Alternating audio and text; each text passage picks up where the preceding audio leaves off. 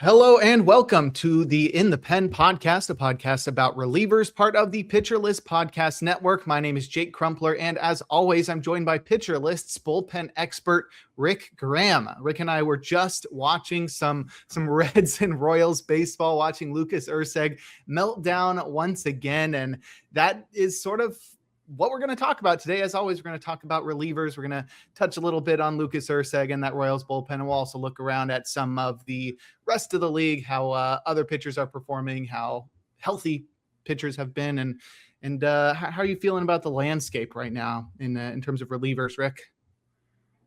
I mean, we're getting now, we're getting to a point where I think closers are starting to stabilize for sure.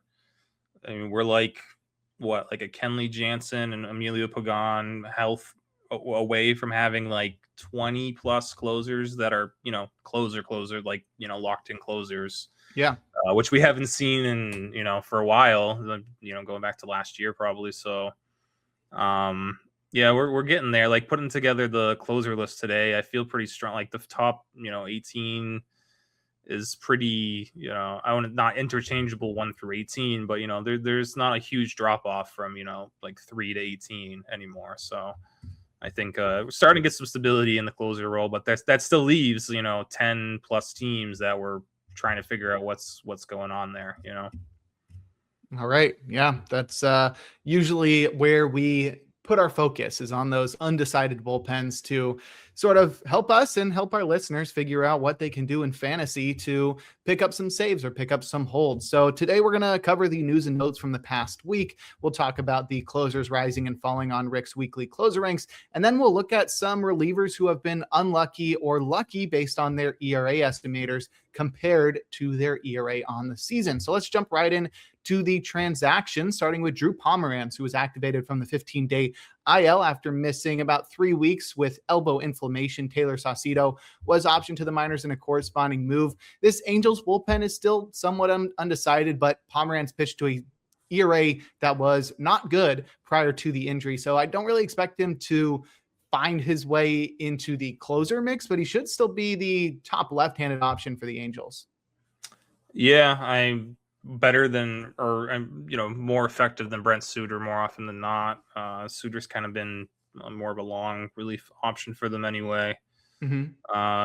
So far he's looked okay. Pomeranz, since returning, the velo's a little bit down, but it's just more so the command with him, and he's just throwing a lot of hittable pitches early on, and his stuff's not good enough to just miss middle that as often as he kind of was. So yeah, best lefty in that bullpen that's still finding, trying to figure out what to do in the 9th, 8th, 7th, every inning pretty much. So there's still opportunity for him.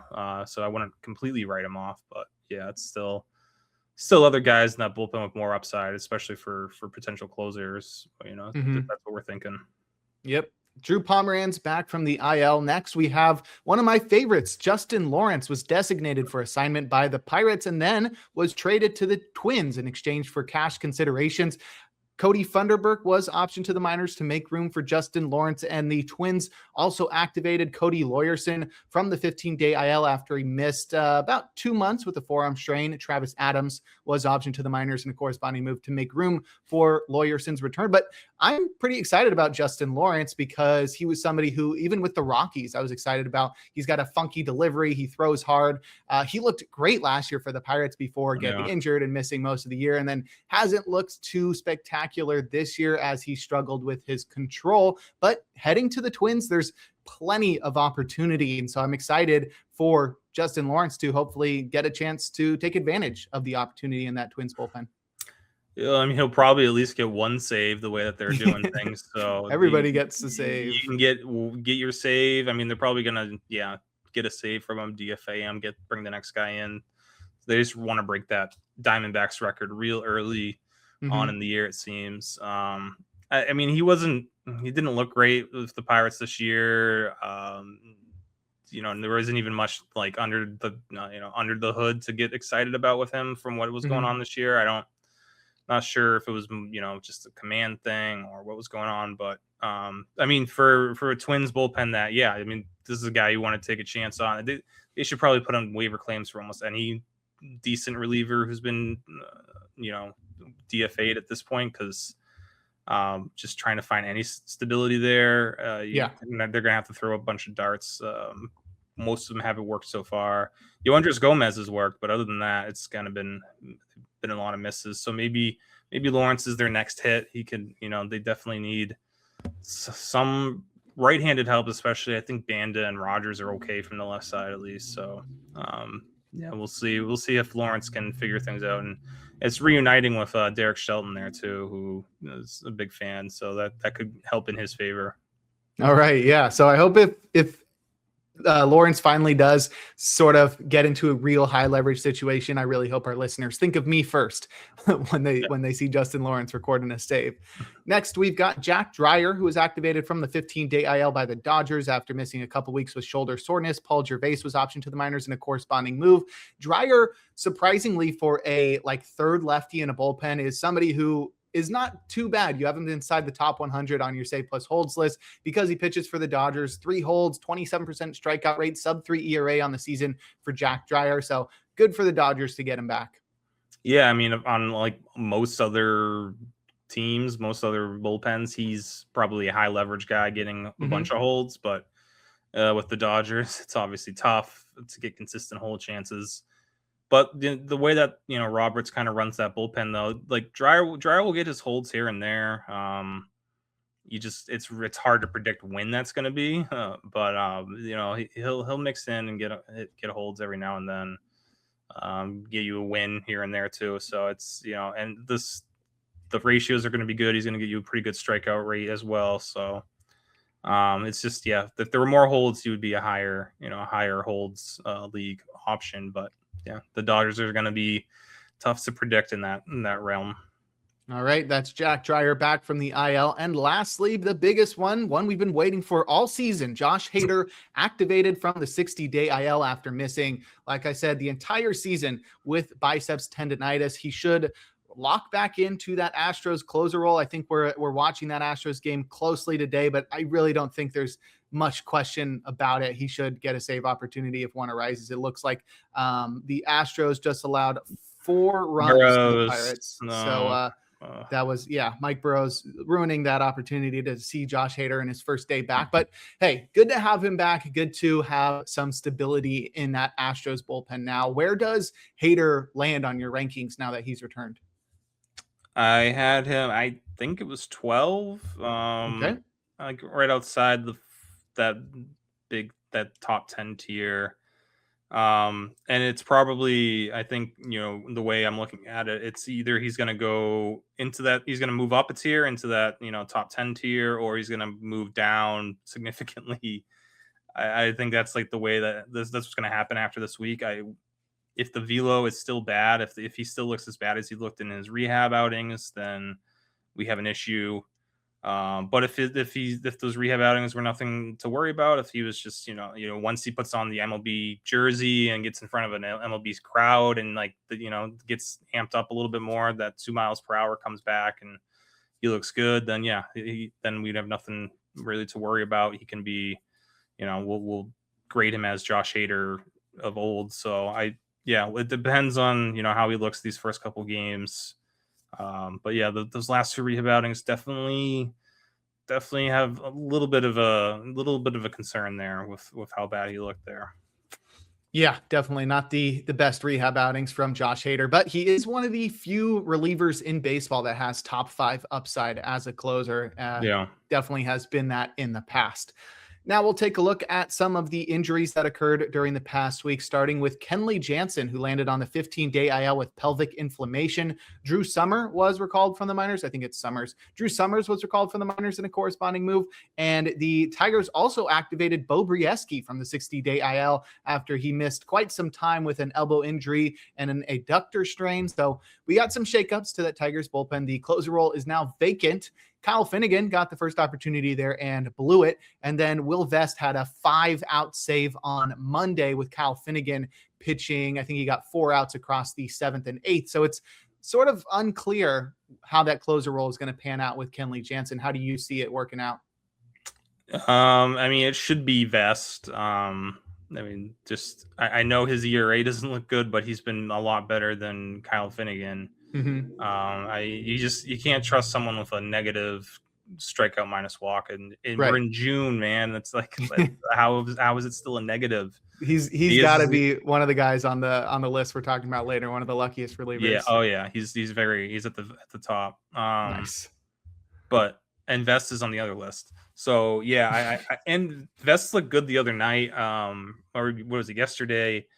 Really, really bad defense behind him. I mean, there's 2 hits that he allowed, both went off infielders' gloves. And the third one, there was a third error that was actually charged an error. I mean, all back to back. So I think Vest, and then in the 9th inning, he got 2 strikeouts, looked a lot better. So I'm still, I mean, Drew Anderson was kind of interesting at 1.2, but he's also struggled lately. So I think Vest is the guy. And then, yeah, I don't know. I don't think we've gotten any updates on Jansen yet. I don't imagine that's like a long-term thing, but at his age, I don't ever know. It could be. So still think Vest is worth an ad in 12 teamers, but I don't know. You know, it could backfire, but I'm of like all those 10 teams we don't have answers on. I feel more confident about Vest, as one of those potential answers, at least in the short term. I mean, until Jansen gets back. All right. Next, we have the Red Sox, who placed Garrett Whitlock on the 15-day IL with knee inflammation. Big blow because Garrett Whitlock has been so good this year. Tyler Samaniego was recalled for the minors in a corresponding move, but the Red Sox are now without their top setup man, which I think moves up guys like Justin Slayton and Greg Weissert on that bullpen ladder. Not Greg Weissert, but everyone else, yeah. The Slayton he's moves not up. He's not good enough for you to like Weissert. Weisert's terrible. I mean, but what other right-handed options do they have? Right-handed options? They don't have a right-handed option. Giovanni Moran's been really good lately, though. That's my that's my guy now. He looks like the Giovanni Moran of 2022. Finally, he's throwing 94 miles per hour again. So, but yeah, Weissert. I mean, yeah, Guerrero's kind of interesting too. I would rather. Let him fail in the 7th inning over seeing Weissert fail again in the 7th inning. So just, that bullpen has been lacking depth whenever if they lose Slayton, they were hurting in the 7th inning. Now that they have Whitlock on, it's just, they didn't have enough. A good bullpen probably needs 4 to 5 pieces because you're going to get injuries. It's going to happen. So yeah, trying to get the ball to Chapman in the 9th and just get a lead. That team's obviously struggled to get leads this year. It's been a disaster. So yeah, not a lot of good things going on in Boston right now for the Red Sox. All right, next we'll talk about a bullpen that's struggling a lot more than the Red Sox, and that's the Royals bullpen, as Nick Mears was placed on the 15-day IL with a shoulder impingement. Eric Sarantola was recalled for the minors in a corresponding move and then subsequently optioned to make room for the return of Matt Strahm from the 15-day IL. Strahm missed 2 weeks with knee inflammation. Eli Morgan was also optioned to the minors as they recalled Beck Way from the minors. He's a 26-year-old righty who's had a 4.5 ERA and a 33% strikeout rate at AAA. But the biggest news is Matt Strahm returning and Mears heading to the IL. Yeah, I mean, Mears hasn't looked good this year. Unfortunately, that trade didn't really work out for anyone. Angel Zerpa needing surgery. So, I think, Strahm coming back is obviously a big deal. And like we had talked about before we got on here, like, all right, now you have Strahm back, you have Lynch, you have 2 lefties there. Maybe they'll feel comfortable using one of those lefties in the 9th inning. That doesn't seem to be the case, as they still went with Erceg in the 9th inning tonight. So, they haven't used Lynch in the 10th inning either. So I wonder if he's not available tonight or what's going on. They're going to Schreiber in the 10th, but if Schreiber is the closer, I'm going to be so pissed. He's pitching better. Who's actually been really good, sneaky good for them is Alex Lang. Has been. That's a fun one. That could be an interesting one if this continues. The command's better. He's throwing harder. Yeah, that's an interesting name to keep an eye on. Over Schreiber at least. Oh yeah, they love John Schreiber there though. I know it's their guy. It's a 2% strikeout minus walk rate for John Schreiber. Yeah, nice. Yeah, I mean, they love Lucas Erceg and Carlos Estevez, so why would they not love John Schreiber? Right. Yeah. They're like, who's got the lowest strikeout minus walk rate That's on the team? All right, you're the closer. wait, are we sorting this the right way? I don't but yeah, anyway, I mean, Sarantola was kind of interesting. He didn't get much of a chance there. Bye. Yeah, I don't know. This has been a revolving door at the back, like half of that bullpen this year. A lot of names coming in and coming out. I don't know. It's hard to keep track of who's even there right now. But yeah, well, Mason Black, Beck Way, Steven Cruz. Cruz is interesting if he could throw strikes. Cruz, what is it? It's I like put together between Eli Morgan, Cruz, and maybe it was Sarantola. Like if you take Sarantola's slider, Eli Morgan's changeup, and Cruz's fastball, that's like a really good reliever. But like those guys are only like one pitch guys. Yeah, like they don't have anything else. So there's some interest there in some of those guys, but they're not close. Cruz isn't close to being effective yet. He's a fun one to keep an eye on though. Yeah, well, let's just pray that Daniel Lynch takes over that close role now that Strom provides some more depth from the left side. Either way, either way. Anybody but Erceg and hopefully not John Schreiber. I'll take Alex Lang. Let's get real weird with it. I mean, switch it up. It is not working. Unfortunate.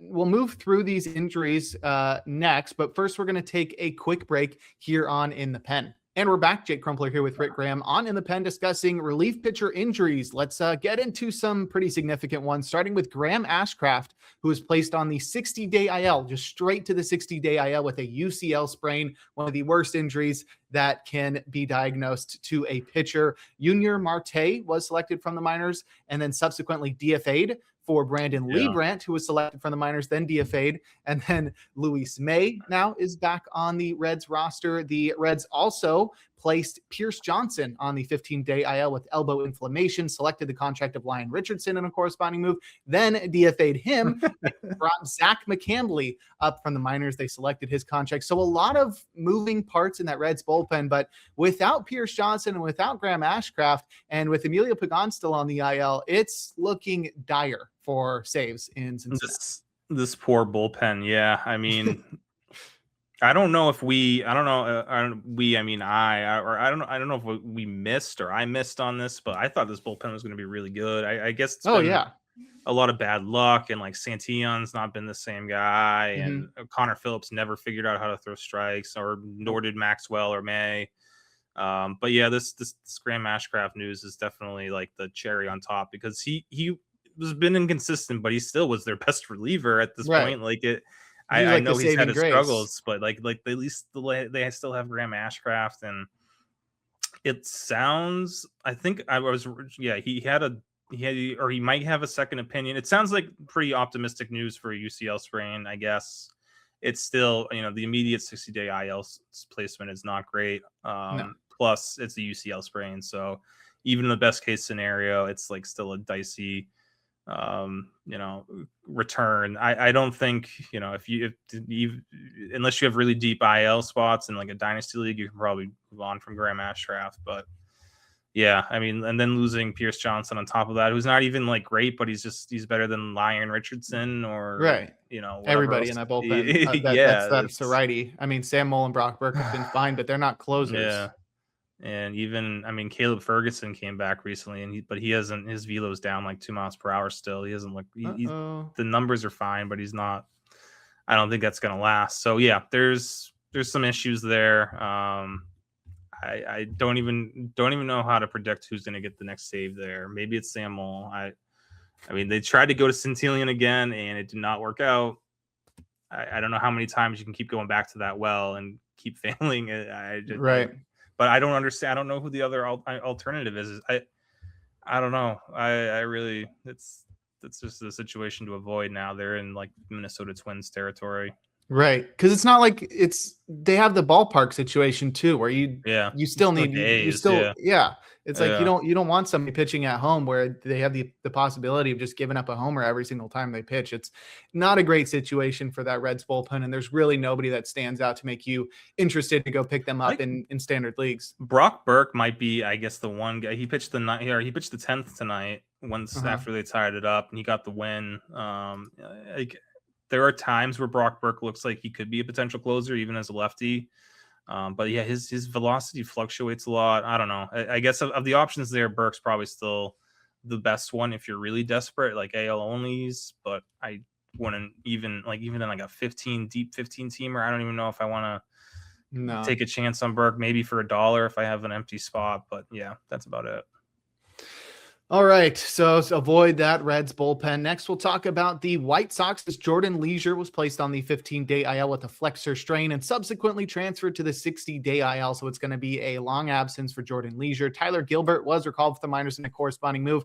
And, Leasure was somebody that was highly touted in the offseason. He looked great last year. When he was in the minors, he was somebody that we liked a lot, but he just hasn't lived up to those standards. Yeah. He hasn't looked good this year. I don't know if it's because of that elbow injury or it's a forearm injury, or what. But yeah, I mean, this doesn't really have too much impact on that White Sox bullpen regardless.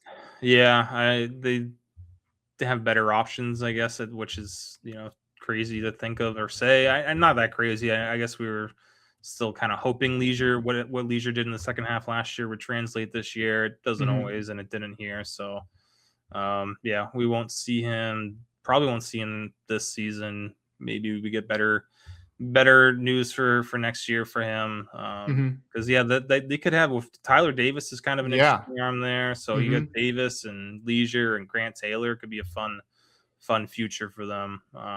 But yeah, got to get everyone healthy at the same time. Yeah. Well, future Taylor's probably in the rotation, but I guess if we're talking this year future, then yeah.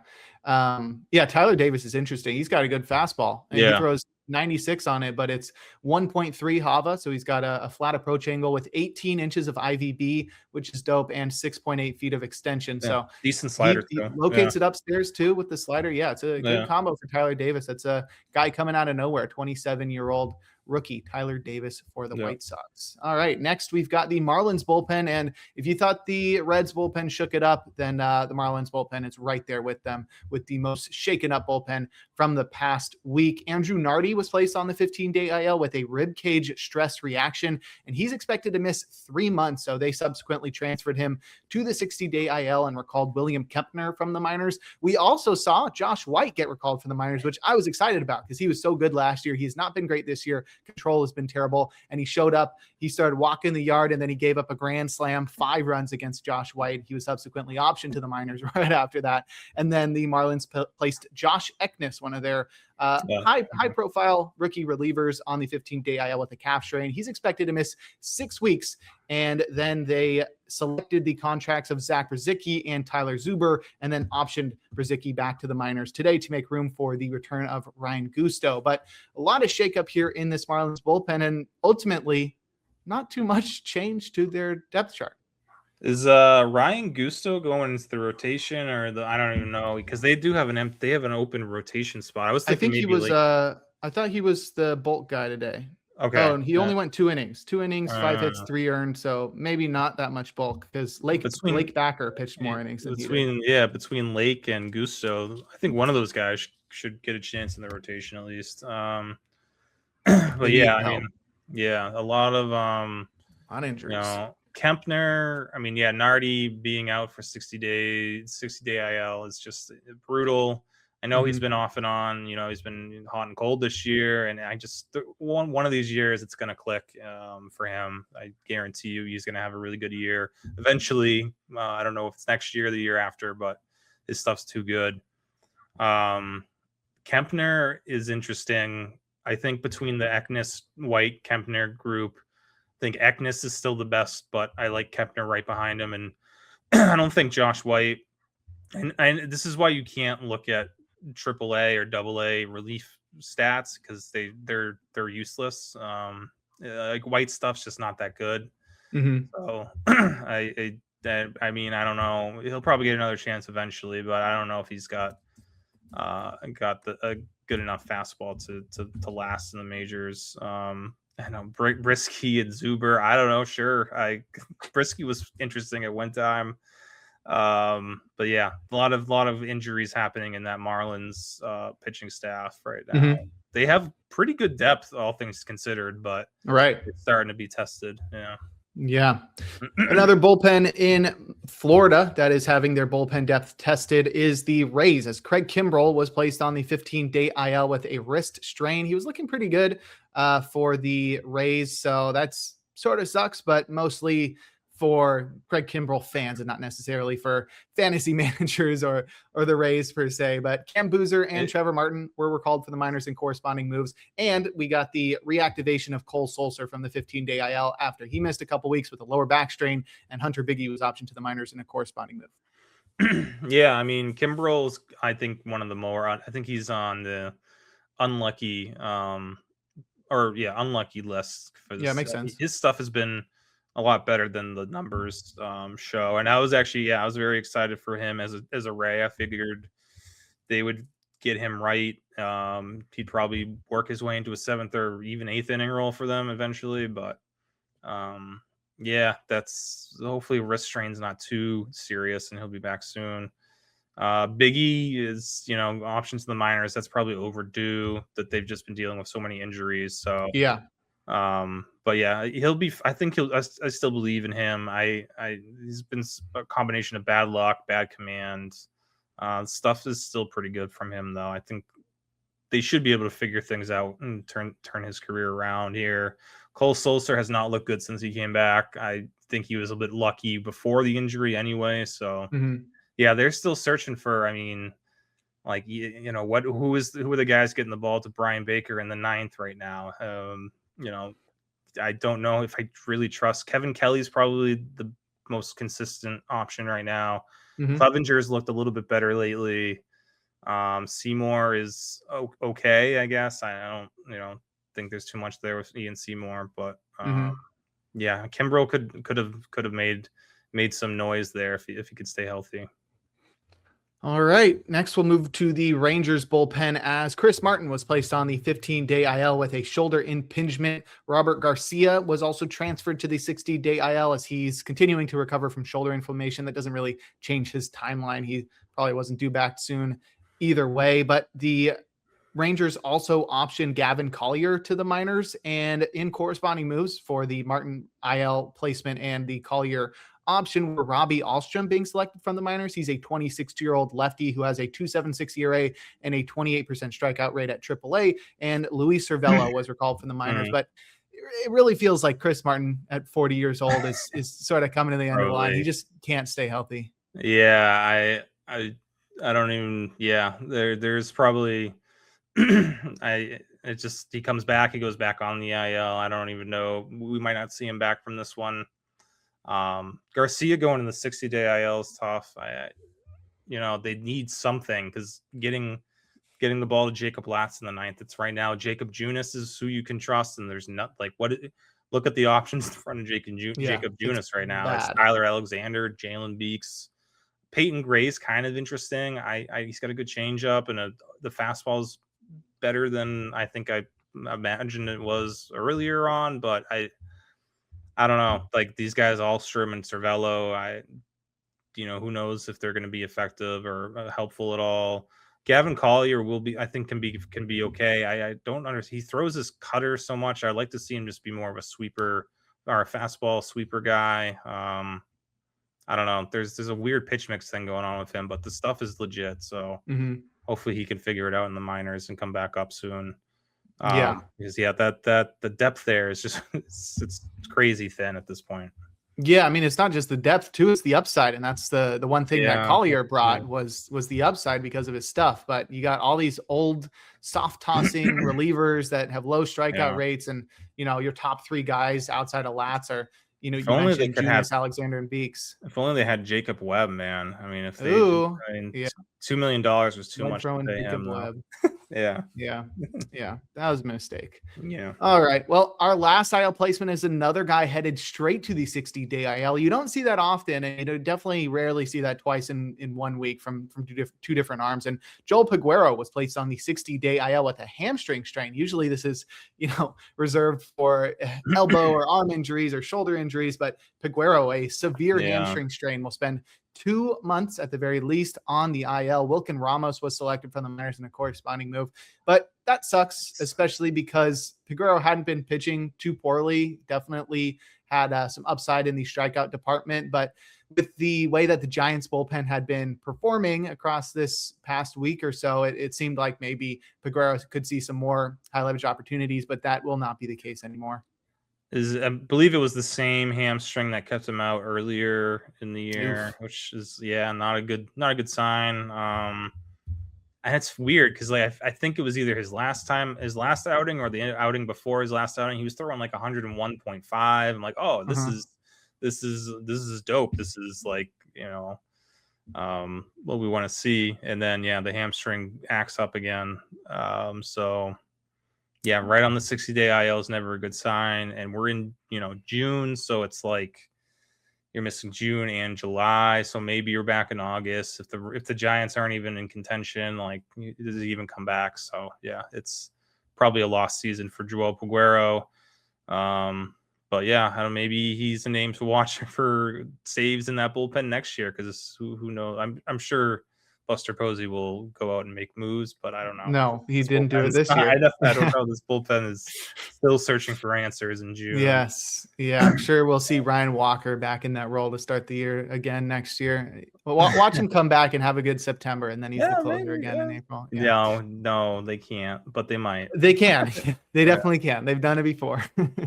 All right. Well, that will cover the transactions, news, injuries from the past week. Now we'll head into our 3 up, 3 down section where we look at the closers rising and falling on Rick's weekly closer ranks, which you can find over on pitcherlist.com. Let's start with the 3 risers, beginning with Trevor Megill, who has taken over by himself the Brewers closer role. And I'm not even going to say it's because of any performance thing. I know Megill's been better and Uribe hasn't been that good. I'm going to say it's because of that crotch chop that Uribe did the other day. I mean, I was like, why didn't he didn't pitch like immediately after? And I was like, they must have like told him, yo, you're not getting the save opportunity today. You're not pitching today because you did that. And then he did get the 1-game suspension, I think. And I feel like that plays a bit of part of it, but he has been struggling.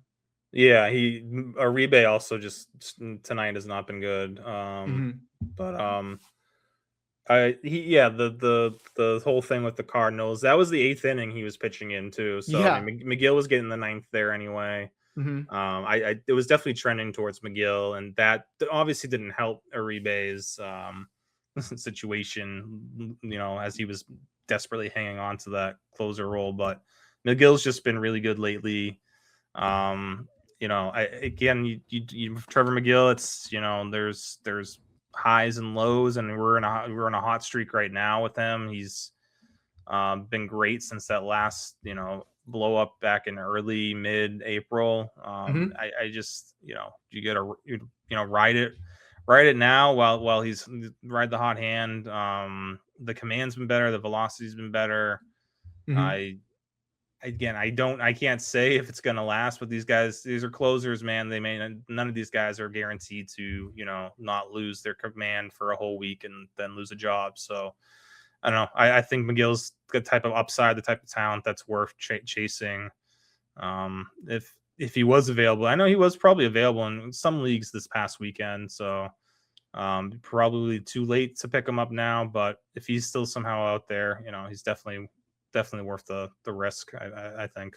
Yeah, Megill's been looking great. You mentioned that blow up back on April 14th, which was back-to-back blow ups. He allowed 7 runs in back-to-back outings. He sort of lost the closer job, but since then, 1.13 ERA in 16 innings pitched. That comes with a 38% strikeout rate and a 3% walk rate. So he has been electric recently. That's Trevor Megill rising up Rick's closer ranks. Next, we've got Jacob Latz, who continues to excel for the Rangers in that bullpen. There is no competition there. He's getting every save opportunity.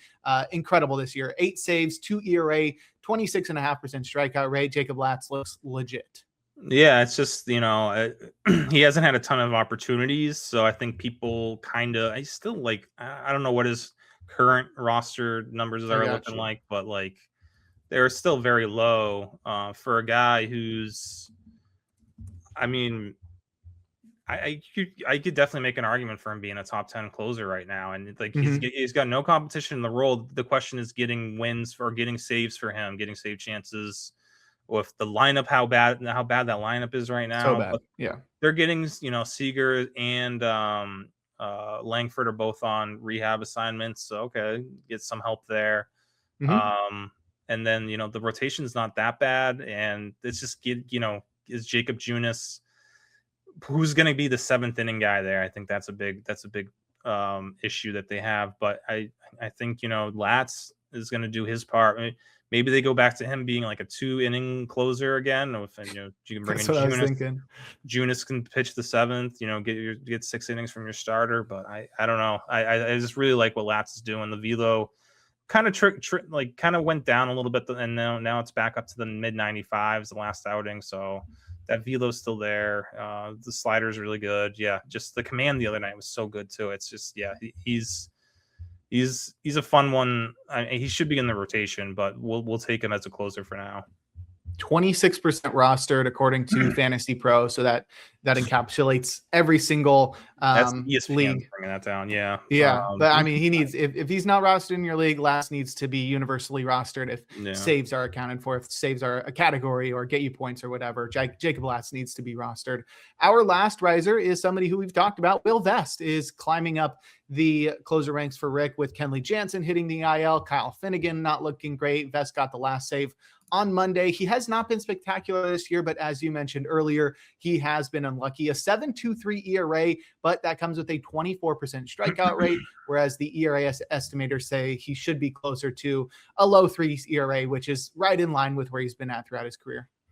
Yeah, I the stuff still looks fine, and it's actually looked just as good as it did last year in his most recent outings since coming off the IL. So he had that really bad 5 earned run outing last week, which I know has inflated his ERA and WHIP, and people are, going to shy away because of that outing. But I think that was more fluky than like a trend or anything. So I think Vest, and he's clearly the closer there in Detroit moving forward. I just don't know. Again, we don't really have any word on how long Jansen's going to be out. So either way, probably Vest is someone I would take a look at in any league where saves. Probably not a 10-teamer, but like if you're, 12 plus teamers, you can probably make room for Will Vest for the next week or 2 or 3 or 4, depending on how long Jansen's out for. All right. Well, that's Will Vest, Jacob Latz, and Trevor Megill rising. So as those guys climb up the list, others need to fall to accommodate them. So let's take a look at our fallers, starting with Abner Uribe, who's a direct faller as a result of Megill's rise. He's not been the same Uribe that he was last year when he broke out. Last year, he got his walk rate under control, got his control under control, sub 10% walk rate last year at 9%. He also started finding a lot of whiffs with a near 15% swinging strike rate, but those gains that he had last year have gone the other way. This year, it's a sub 10% swinging strike rate. And we talked about Megill's rise since his blow up on the 14th. Since that time for Uribe, 3 ERA, fine, but his walk rate is up to 13% during that time. So the control is disappearing for Uribe. He's not getting the same swinging strikes that he's been getting in years past. So we can't really expect him to maintain the high strikeout rates that we've seen from him. It also seems like he's not going to be getting the majority or maybe any saves moving forward because of Megill's resurgence. Yeah, even tonight, it looks like he got singled out a little bit. He allowed 3 hits and 1 earned. But I think it's just like the command's always been, I guess it hasn't always been an issue, but it's been an issue outside of 1 year, and that was last season. Right. So it was always like, all right, if, I believe in Uribe, as long as those command gains are for real, if they stick. And it's, he's been hittable this year, but also the walk rate going up is another concern. So there's not enough. Him and Megill are similar, but they're also very different in that, they do things a very different way, like with their arsenal. But also, Uribe just doesn't get the type of swing and miss Megill gets. But he gets a lot of ground balls, which is nice. But like the swing and miss just isn't there on Megill's level. So, I think this is the right move, having Uribe be the 8th inning guy, Megill the 9th inning guy. It's kind of how I've thought the whole year in the offseason as well. So. We'll see. They could flip-flop again. I mean, I would not be surprised if in July we have Uribe closing out games, Megill's back to being whatever. Mm-hmm. So it's definitely a fluid situation. But for now, Uribe, I don't think you really need to roster or hold on to him in a 12-team save-only league. You could. I mean, it depends on what's out there, what the other options are, what you're looking to drop him for. But I don't think he's a must-hold at this point. Right, because he doesn't have the same strikeouts and ratios that you want from a setup guy to make him worth rostering. I mean, he's a guy who's going to be prone to BABIP luck. He's going to have inflated ratios because of his reliance on balls in play, because he's not getting those whips. It's a lot of contact against him. He will have an inflated whip because of the walks and the ground balls, as you mentioned. And the ERA is likely to fluctuate just with his batted ball luck, with his ability to strand runners. And, you can't, most of the time you can't really control that. So he just makes himself more prone to that because of the reliance on batted ball. So not the same elite Abner Uribe as we had last year. Let's go to the Giants bullpen, where Caleb Killian is our next follower. He was looking pretty solid this year, taking over as the Giants closer, but then 5 earned runs in his appearance on Friday to blow the save and take the loss. His ERA inflated by like 2 runs or something. Not great. He did get a win, but he pitched, I think, the 6th inning or something on Sunday. So not great. And now it might be a closer committee, but we're not really sure how the Giants are going to use this. He came in today in the 7th inning, down a couple runs, walk and a hit. So, I mean, that one outing is all it took for him to get out of that closer mix. And now we're back to square one, where I don't know. Maybe it's Keaton Wynn's turn. That probably makes sense to give him a run at it. He's been the most consistent option. Mm-hmm. Eric Miller pitched the 6th tonight, so it's probably not him. So I think Keaton Wynn's probably the next man up. Again, Wynn has been okay the last month, but like the swing and miss is down, the strikeout minus walks not great. No one in that bullpen has been really that good, honestly, in the past month. So I guess Wynn is the least volatile, and that, if you want to go with that for now, that makes sense. But Caleb Killian, to say, because he throws so many splitters. I know. I guess he just doesn't. He did not pitch well either in that game. Killian allowed 5 runs. Yeah. So I don't know. I guess I would put Keaton Wynn. Still put him below Will Vest. Even still, this bullpen's probably going to mix and match, and you'll probably see some of Gage or Miller in the 9th inning when there's lefties, and it's going to be It's been a headache. It's going to continue to be a headache for this foreseeable future. Yeah, and I think we're okay dropping Caleb Killian at this point. He's got upside, but the inconsistency with his control and his command has been the downfall. Like that's the reason why he struggled so much. I don't think you can point at his stuff really and say, oh, he doesn't throw hard enough or his curveball isn't good enough. But the inability to consistently carry over the same command from outing to outing is what's led to this inflated ERA and the loss of his closer role. Lastly, we'll talk about the Royals bullpen. Once again, Lucas Erceg is falling. He's been just so bad recently, and we thought, maybe the Royals will make a smart decision. And with a save coming up on, as we're recording on Tuesday, we thought, maybe they'll give somebody else a chance. But nope, they let Lucas Erceg do it again. He allowed a homer to the first batter he faced. He ended up walking 2 more batters, but he escaped the inning. The Royals would go on to lose that one, though. And I don't think they can keep trusting him. It would just be, you're not doing yourself any service. That's how many 4 straight outings allowing a run for Lucas Erceg. He's struck out, I think, incredible. Like very few batters. I think it's 11% walk rate entering his outing today, where he struck out, I think, 2 batters. So it's just been really bad. even like the best closers, the most, I don't even know if they get this like this type of like leash, the like the Erceg. I mean, I don't know. It's got to be the end tonight. Tonight has to be the end, you would imagine. But yeah, the issue is that the Royals just don't have much behind him. But at least, with Strom back, it gives them some options where they could, if you remove Erceg from the last 3 innings of a game, you could go with Schreiber or Lang, and then Strom and Lynch, and that could be the answer there. So, yeah, we'll have to monitor that, but I would imagine that Erceg is not getting the next save in Kansas City. They just can't allow that to keep going on. No, and if he does, then Quatraro's job is in jeopardy because that's weird. That's crazy. That is crazy.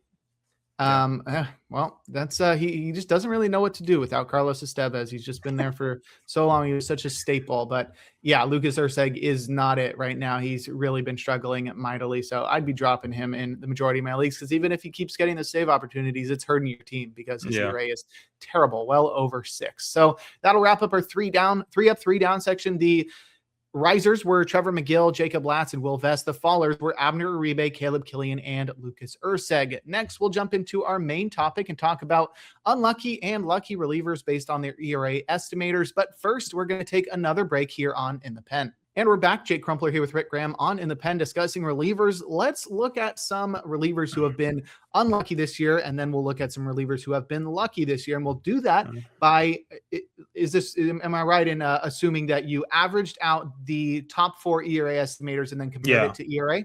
Yes, that's the average. Is the top is those 4 ERA estimators combined, and then there's a little the gap, and then what their ERA is. So there's certain guys that were in the top whatever for that they're both way unlucky in both XFIP, Sierra, xERA, or PCRA.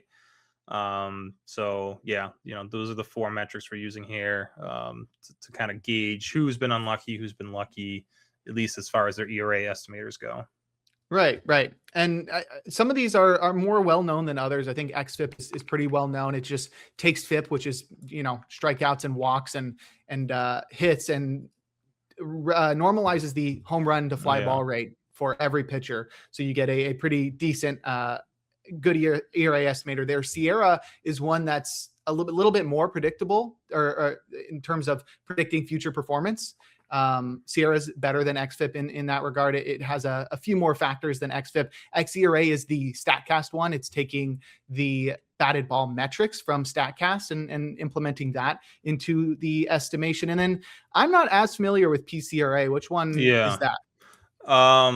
So this is where, it's, we've had it on our website, not the actual stat, but we've talked about it. We've used it with other metrics. It's originally, I think, was made by Connor Curson. I'm definitely pronouncing his last name wrong, but I believe he works for the Astros, or he did work for the Astros at one point. So it's predictive classified run average. So the CRA is adding balls in play, and more specifically barrels to K percent and walk percent as important factors to describe ERA, and by that way, obtaining an actual deserved quantity of runs solely dependent on the pitcher's ability. So it introduced probable like K percent, walk percent, barrels by batted ball event to be able to act as a predictive stat. Anyway, it's shown, especially with relievers, it's been slightly better. Sierra is usually, of these 4, Sierra's been like the closest to predictive, but PCRA, especially with relievers, has actually been better.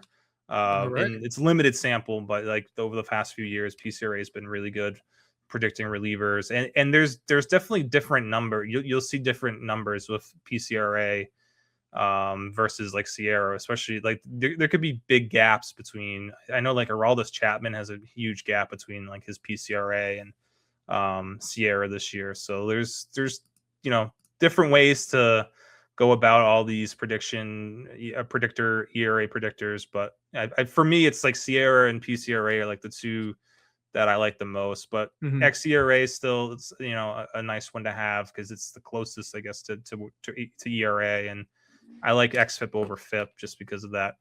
Oh, totally. Oh yeah. If we're trying to predict future performance. Yeah. So yeah, definitely. All right. I think a FIP is more descriptive and xFIP is more predictive. So yes. I agree. All right. So let's look at the top unlucky relievers. These are going to be the pitchers who have the largest difference between their ERA and the average of their 4 ERA estimators. And these are the guys who have the largest positive difference, meaning their ERA is above their ERA estimator. So the Orioles have been very unlucky this year. They have the top 2 names here with Keegan Akin and Andrew Kittredge, with the only 2 guys with gaps north of 4 runs, with Kittredge at 4.28 and Keegan Akin nearing 6-run gap between his 10.80 ERA and the 4.97 average of his ERA estimator. So both of those guys are unlucky, and I think that makes sense why they held on to Keegan Akin over Dietrich Enns. It's still not even like, all right, so he's got a 4.9 Sierra. It's like, I mean, but yeah, he has pitched better than that ERA for sure. And the stuff has looked better, I think, the past month for Akin. Kittredge is I mean, that's a positive sign for Kittredge, because honestly, I'm not like, his slider is just not the same as it was last year. But if these predictors are pretty optimistic that he'll be able to turn things around, and that Orioles bullpen needs some help, because it's been a complete like 180 with that bullpen. It was awesome in April, and May was just a disaster with everyone except for Rico Garcia. It coincides with the injury to Helsley. Yeah, I mean, for sure. Yeah, everyone kind of gets bumped up a roll, and I don't know. I mean, Nunez and Cano now is hurt and struggling, and Tyler Wells has not been great. Yeah, so it's just that whole bullpen needs some better luck, hopefully, moving forward. All right, moving down the list and sticking in the AL East, it's our favorite unlucky reliever, Jeff Hoffman. We talked about him so much this year, and no matter how much we can say, oh, he's going to be better, he deserves so much better, it just never happens. The guy just cannot avoid home runs. He can't avoid falling apart. I don't know what it is. I still think he's great, but a 6.3 ERA on the season is almost 4 runs higher than his 2.47 average of his ERA estimators, which suggests that he's not giving up crazy hard contact. He's still getting strikeouts. He's given up an obscene amount of home runs. He's not walking guys. And it's like all the skills are there, and it just comes out to something terrible. It's like when you're making a meal and you have all these great ingredients and you put it in there and it just tastes terrible. Is it the chef? Is it did you overcook it, or like, what is it? But it's not, Jeff Hoffman's not cooking. I mean, we're into June and he's got a BABIP of 5.16. That's just like an unheard of. I know. It's not sustainable, but like, at what point does it actually start coming down? I still believe in Jeff Hoffman. He's the hardest guy to rank right now, because it's like, I understand everyone wants to hate on him and be frustrated with him, and you don't want to roster him. I get it, but like, there should be better days ahead. I mean, he's still missing bats at a crazy level. The bad luck is just, it's wild how much bad luck he's had. I think just find, like, they got to sit down with him and be like, all right, we're not even like, let's take a step back from you regaining the closer role. Let's just be like, let's go back to how you were used in Philadelphia, where you're a high leverage fireman for them. You're coming in the 5th, 6th inning, getting big strikeouts when needed, bailing out starters, getting wins or getting holds in those situations. That's still a very, very important role, especially for a Blue Jays team, if they want to make any sort of noise in the second half. Like, they have other relievers to get the ball to Louis Varland. Just use Hoffman as that fireman guy to just use that big time stuff to just get swing and miss early on in games, and I don't go from there, because I think like there's definitely a mental aspect to this where he wants to get back into the 9th inning. They keep pushing him back into the 9th inning. It's like, can we just move on from that and like just let him just do his best in the 6th inning? And like, that's still important. There's still important outs, that there's still value there. So I think Hoffman's going to be fine, but I understand. I get it. If you don't like the ERA, it's been killing you all year. I understand not wanting to jump in. Yeah, it has been rough. Next, we got Will Vest. We talked about Will Vest earlier, and he's been really unlucky. A 7 ERA this season, but a 3.5 average of his 4 ERA estimator. So looks like Will Vest is going to be doing it much better moving forward. And as we mentioned, I think he should be the favorite for that Tigers closer role. Yeah, and I think it's even more so. He's looked better in the last couple outings. The stuff's been better. So yeah, I think Vest will be able to turn things around here and get that ERA down, hopefully below 5. It shouldn't take too long to get below 5. So hopefully Yeah. it start trending the right way. All right. Steven Cruz was somebody we hinted at. Yeah. I mean, even the ERA estimators don't suggest that he's that good, which suggests how bad he's been. He's got an 8.36 ERA, but a 5 estimator average. And so even if Steven Cruz does come back towards his estimators, it's still not going to be that great. Big home run issues with them. Yeah. Yeah. Tanner Banks is a lefty for the Phillies, and he's been pretty unlucky this year. 6.75 ERA on the season, but a 3.81 average between his ERA estimators. He's probably somebody who doesn't get a lot of high leverage situations, but he is the number 2 lefty in that Phillies bullpen. So there's potential for him to get back on track. And just a couple down from him is Jose Alvarado, who's also been really unlucky this year. 5.5 ERA, a 3.25 average between his ERA estimators. And Alvarado's actually looked a lot better recently as well. So Phillies bullpen has got some positive regression to do. Yeah, I think at least Alvarado, I believe in for sure. Banks, yeah, I mean they haven't given up on Banks yet, so I mean I get it. There could be something there for him in the second half, but I think Alvarado at least someone that they're still going to in the 8th, 7th inning, 8th inning in close games, so they still definitely believe in Alvarado as well. So I'm fine with him. I think he'll be all right. All right, the Cubs closer, Cubs setup man, Phil Maton has been really unlucky this year. ERA over 7, but he's got a 4.48 ERA estimator average. That's not great. He hasn't looked like the same shutdown setup guy that he's been the past couple of years, but there is some hope that he can get back on track to at least be a serviceable member of that Cubs bullpen. Yeah, the cutter has not been as good as it was last year for him. I don't know. He's starting to throw his sinker more, which I don't think's the answer. I don't know what's. I'm not totally out on him, but it's definitely not trending the right way for Phil Maton. All right.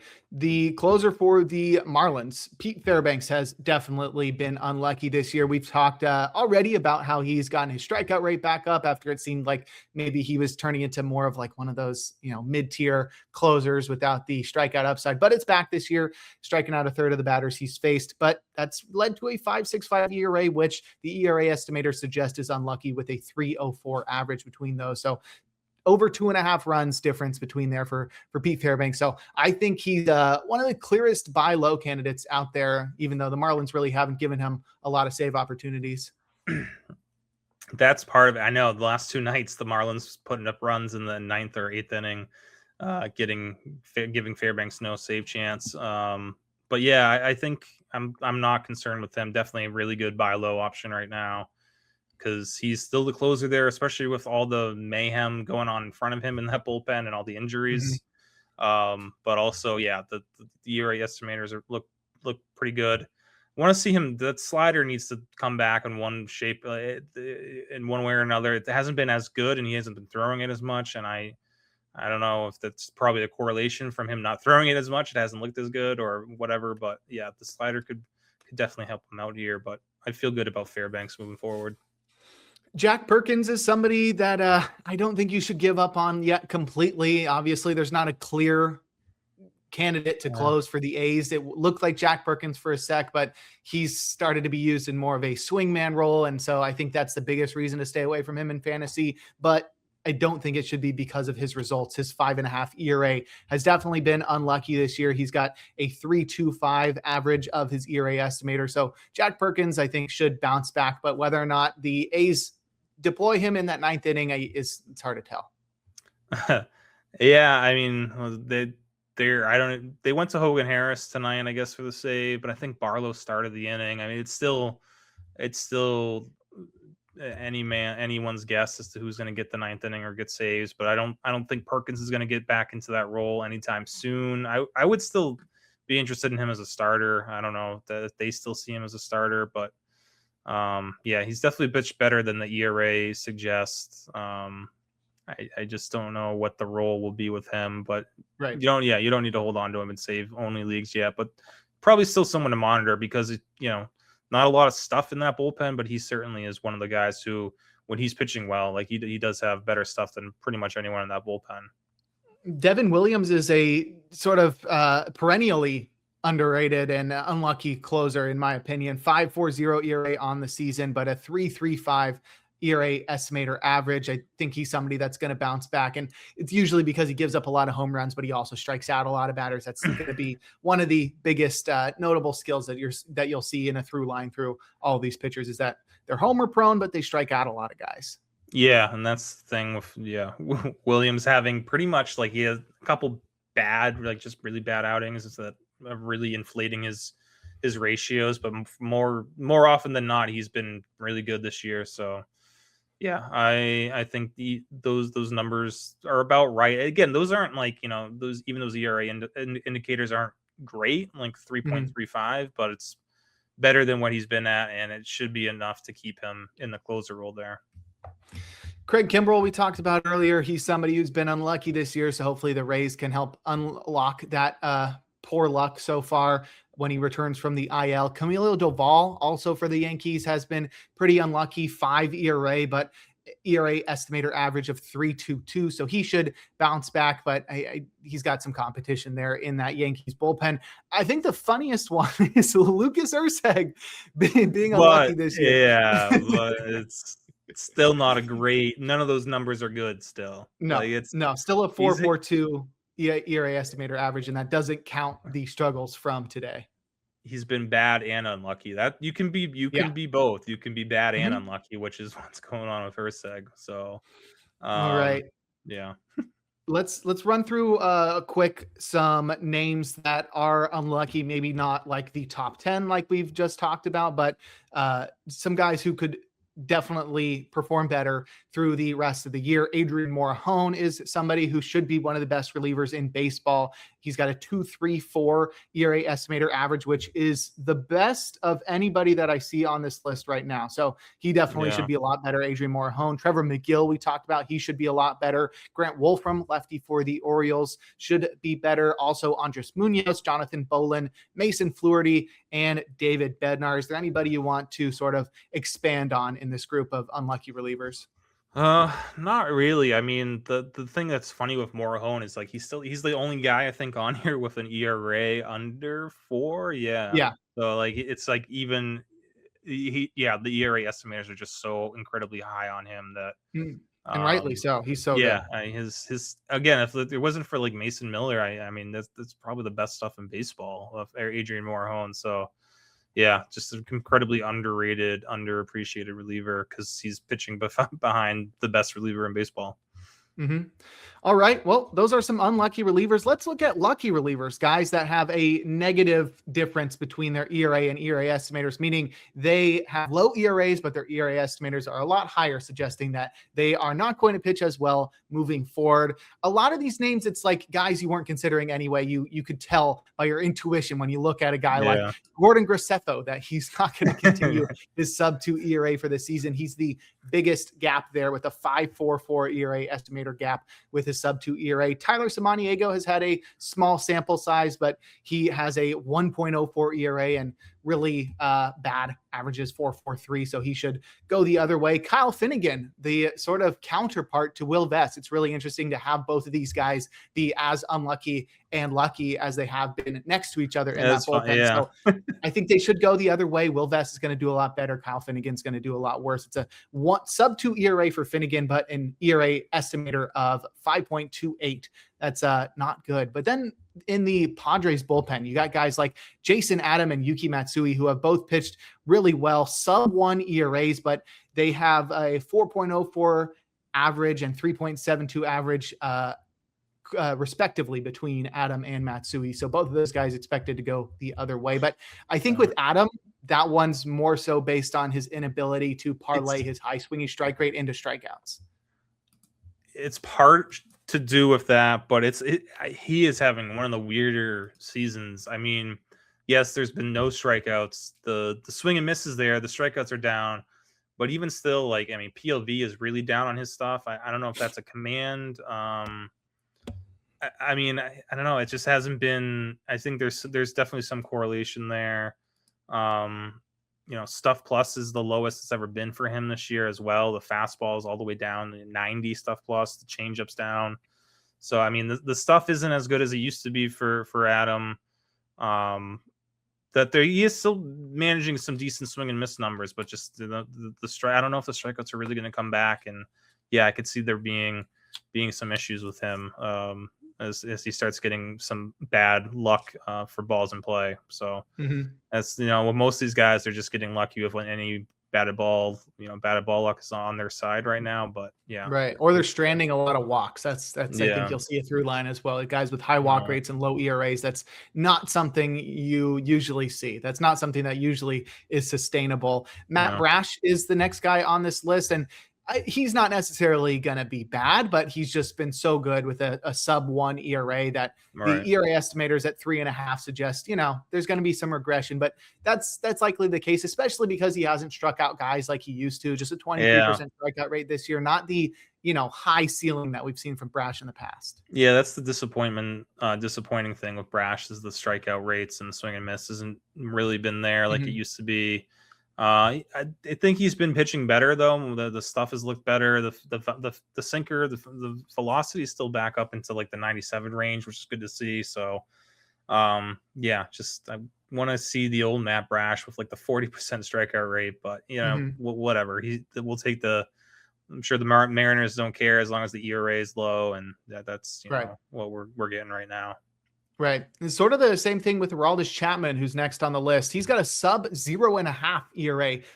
He's at 0.48 ERA, but a 3.22 expected or ERA estimator average, which suggests that he's not going to be bad, but there's definitely some regression. It's crazy how little he's pitching, how infrequently he's pitching. The Red Sox are terrible, man. Yeah, he had a maintenance outing on Sunday, that was he had almost 2 weeks in between appearances, which honestly, for his health history, for how hard he throws and at his age, I think that's sort of a good thing. I don't know. It might be too much of a gap. I feel like, maybe you want to have like some more maintenance days. Maybe he's throwing bullpens on the side, which I don't know why. Like, I hope so. Just like, get him out there no matter what, at least once a series, or I don't know. The stuff hasn't been there like it was last year for him. So there's definitely going to be some regression at some point.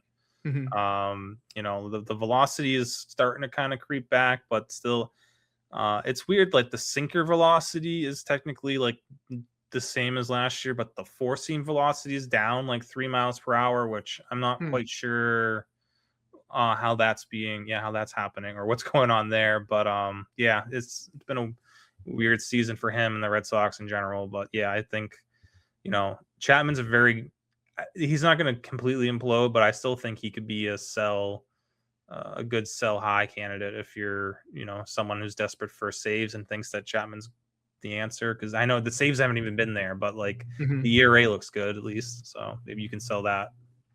All right. Chase Silseth is somebody who's been very lucky this year, sub 2 ERA, but he's got one of the highest walk rates out there. So that's not going to last forever. Cal Quantrill as well, surprisingly, 2.5 ERA. Who does he even pitch for? The Marlins?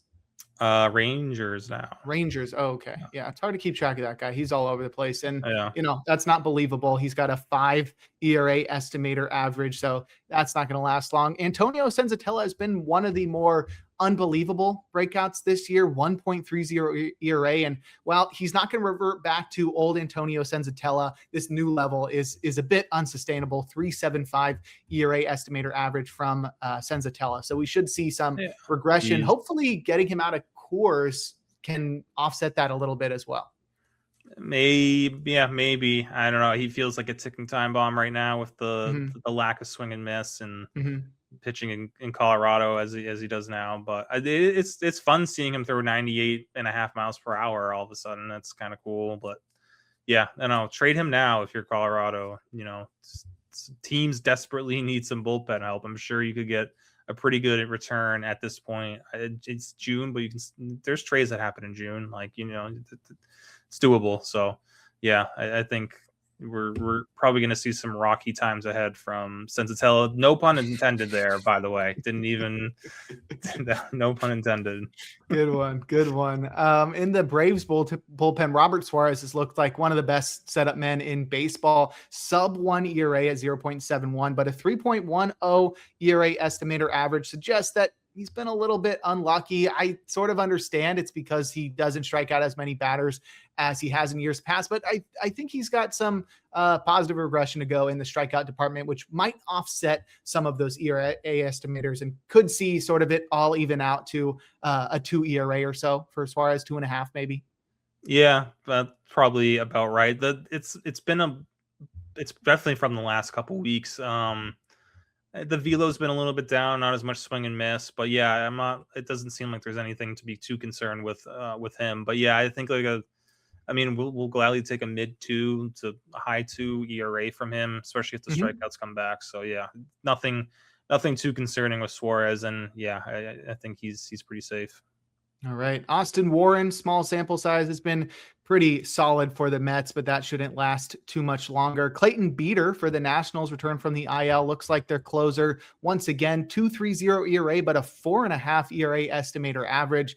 And that's because of the walks. It's 18% walk rate for Clayton Beeter. So he will not produce a sub 3 ERA for the rest of the season because he's got that. It's like a 4% strikeout minus walk rate. Yeah, that's just not going to last. And the stuff's not even as good as it was last year. He's down like 2 miles per hour. It's been worse since he came back off the IL. They're willing to put him in back-to-back saves the other day or the other week. I guess that's still their favorite guy in the 9th inning. I get it. Varlin hasn't been great lately, and whatever happened with Love Lady, that was a blip. So he's an opener now. Yeah, now Beeter will be opening games in 2 weeks probably. So yeah. It's just this bullpen is another one that's just a headache, and you can't really predict what's going to happen a week from now. That Brad Lord prediction I made in the preseason is starting to look like it could come. Yeah, that's not bad. He's looked pretty good. Yeah, that's not bad. It was a weird flyer to take, and I felt stupid for a couple months, but now I'm feeling pretty smart.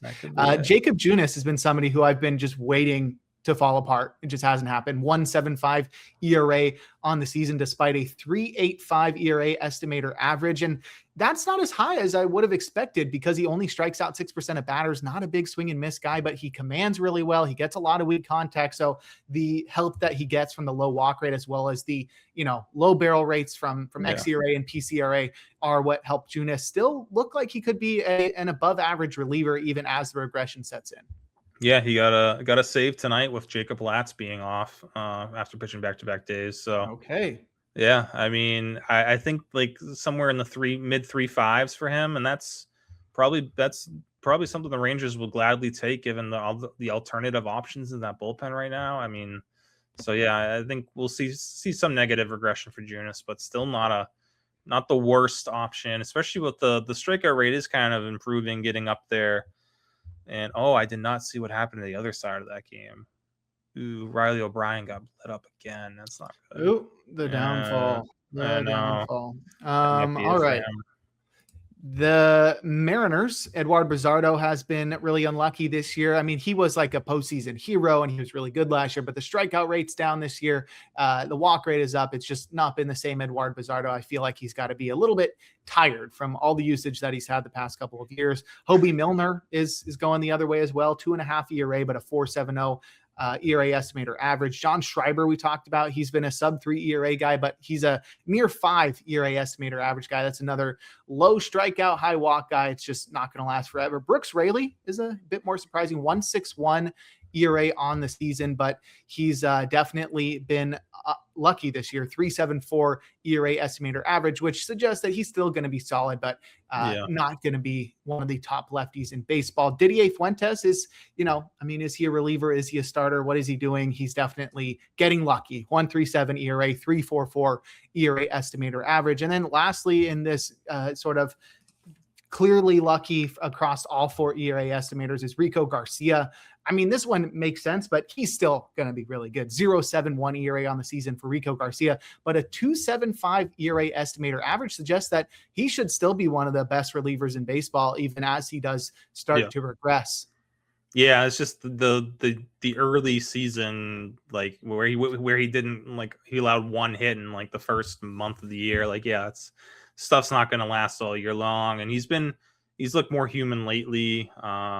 But yeah, I mean, we'll still gladly take a ERA in the 2s and a low WHIP and good strikeout numbers from him. So I don't know how much longer he's going to be a closer, but still worth rostering until we find out, until Helsley's actually on a rehab assignment and looking decent in a rehab assignment. I'm still holding on tight to Rico Garcia. All right. The last few guys we'll mention, Fernando Cruz has been very lucky, 2.19 ERA with a 3.87 ERA estimator average because he's somebody who walks a lot of guys.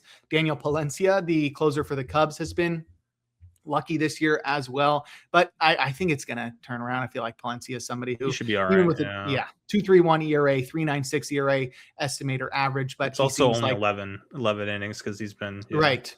So. Right. And the strikeout rate's lower than it should be. 16% swinging strike rate suggests that he should have a strikeout rate over 30%, not at 24%. And also Hogan Harris for the A's, 2.60 ERA, 4.25 ERA estimator average, 17% walk rate from Hogan Harris. That suggests that, he's not going to be able to strand runners like he has all year.